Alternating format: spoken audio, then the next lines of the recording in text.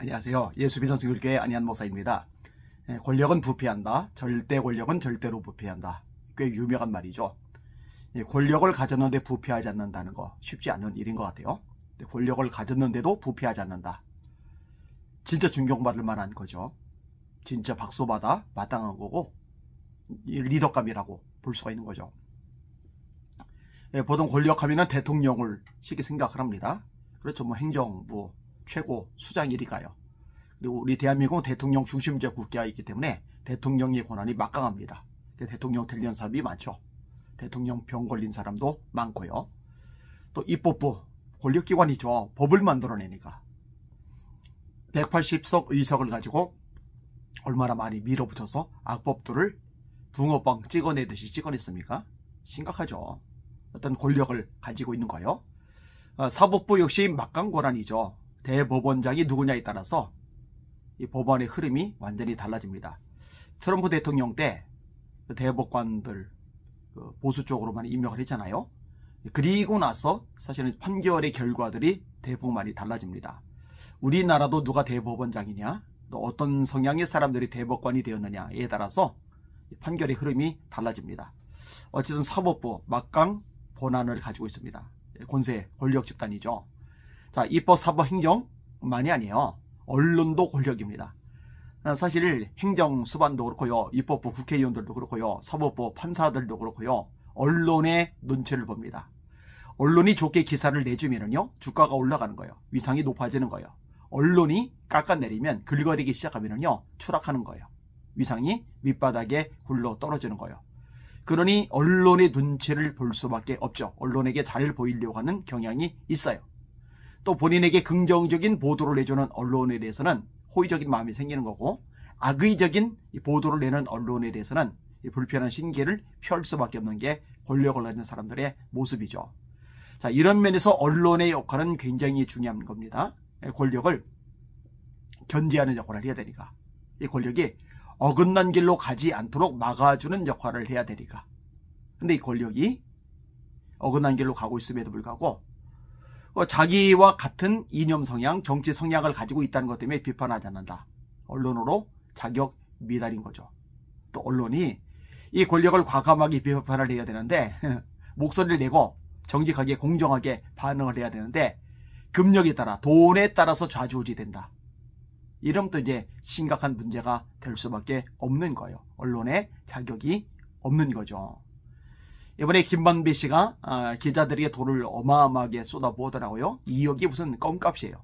2억씩 보내고 카톡으로 영수증 받고, 와, 장난이 아닙니다. 근데 재미있는 사실은요, 깨끗한 척, 공정한 척, 정의로운 척하는 진보 언론들 더 썩었다는 거죠. 더 부패했다는 거죠.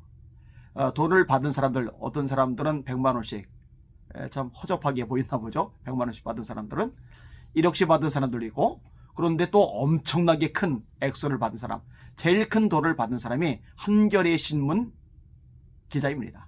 한겨레 신문 관계자입니다. 깨끗한 척, 정의로운 척, 공정한 척 하는 한겨레 신문. 한국교회를 가장 많이 난도질하는 신문이죠. 목사님들 가장 많이 진리기는 신문이죠. 교회에 무슨 실수나 허점이 있으면요, 들깨처럼 달려들어서 물어뜯는 한겨레 신문이죠. 근데 돈을 제일 받아 먹었더라고요. 제가 좀 깝깝하게 생각하는 것 중에 하나가 뭐냐면요, 자, 어떤 이 돈 관련된 것들 비리들이 드러나면요, 엄청나게 하이에나처럼 달려들어가지고 물어뜯는 언론들이요, 정작 언론사들이 이렇게 돈 뜯어 먹었고 돈 받아 먹었고 이런 것들에 대해서는 일파만파 퍼져나가야 되는데 입을 많이 다물고 있다는 거죠. 참 비열하다 생각이 들어요. 그런 와중에 황기현 기자의 기사를 읽었어요. 이 기사가 참 통쾌하게 잘 썼더라고요. 제가 읽어드릴게요. 선배님들, 김만배 덕에 살림살이 좀 나아지셨나요? 나는 캥거루족이다. 나이가 30이 넘었지만 부끄럽게도 여전히 부모님 집에 얹혀 산다. 생활비는 내고 있다. 부모님이 가끔 독립을 요구할 때면 돈이 없다며 들어눕는다. 그렇게 부모님 품 안에 있으니 살림살이 장만할 일도 없다. 그냥 돈이 없으면 없는 대로 내게 주어진 방 한 칸에 만족하며 살고 있다. 그런데 일부 선배들은 달랐나 보다. 장만해야 할 살림살이가 많았던 것 같다. 회사에서 받는 월급만으로는 살림살이를 장만하기 힘드니 김만배와 돈 거래를 했던 것 아닐까? 그렇게까지 장만해야 할 살림살이가 도대체 무엇이었을까 궁금하기도 하다. 어찌됐든 일부 선배들이 김만배와 돈 거래를 했다고 한다. 아파트 분양금 명목으로 6억 원 이상의 금전 거래를 했다는 의혹을 받다가 결국 해고당한 전 한겨레신문 기자. 김만배가 골프를 치며 100만 원씩 건넸다는 수십 명의 선배들. 서류상으로 화천대유에 입사시킨 뒤 연봉을 지급했다는 선배들까지 상당히 많은 선배들이 김만배와 얽힌 건 사실로 보인다. 이 추잡한 언론 게이트의 실체는 2020년 7월 29일자 정영학 회계사 녹취록에서도 쉽게 확인할 수 있다. 당시 정영학이 김만배에게 형님 맨날 그 기자분들 먹여 살리신다면서요 라고 말하자 김만배는 걔네 기자들은 현찰이 필요해. 걔네들에게 카톡으로 차용증을 받아 그런 다음에 2억씩 주고 그래서 차용증이 무지 많아. 여기 분양 받아준 것도 있어. 아파트 서울 분당에 라고 대답했다. 김만배는 이 돈거래의 대가로 기자들에게 대장동 개발 비리를 눈감아 달라고 요청했다고 한다. 쥐가 고양이 목에 방울을 단 셈이다. 근데 목에 방울이 달린 고양이는 놀랍게도 소리가 날까 조심하며 움직이지 않았다. 김만배가 지회라는 모임을 만들어 기자들을 관리하기까지 했다고 하니 그의 덕에 정말 많은 선배들의 살림살이가 나아졌으리라. 회사에서 받는 월급에는 그 어떤 돈거래도 해보지 않은 후배로서는 이번 사태를 보며 회의감이 든다. 누가 언제부터 기자에게 기사를 쓰라 마라 할 수 있었는가? 기자들이 언제부터 누구 밑에서 관리되는 사람들이었나? 기자는 그냥 보고 듣고 쓰는 사람이다.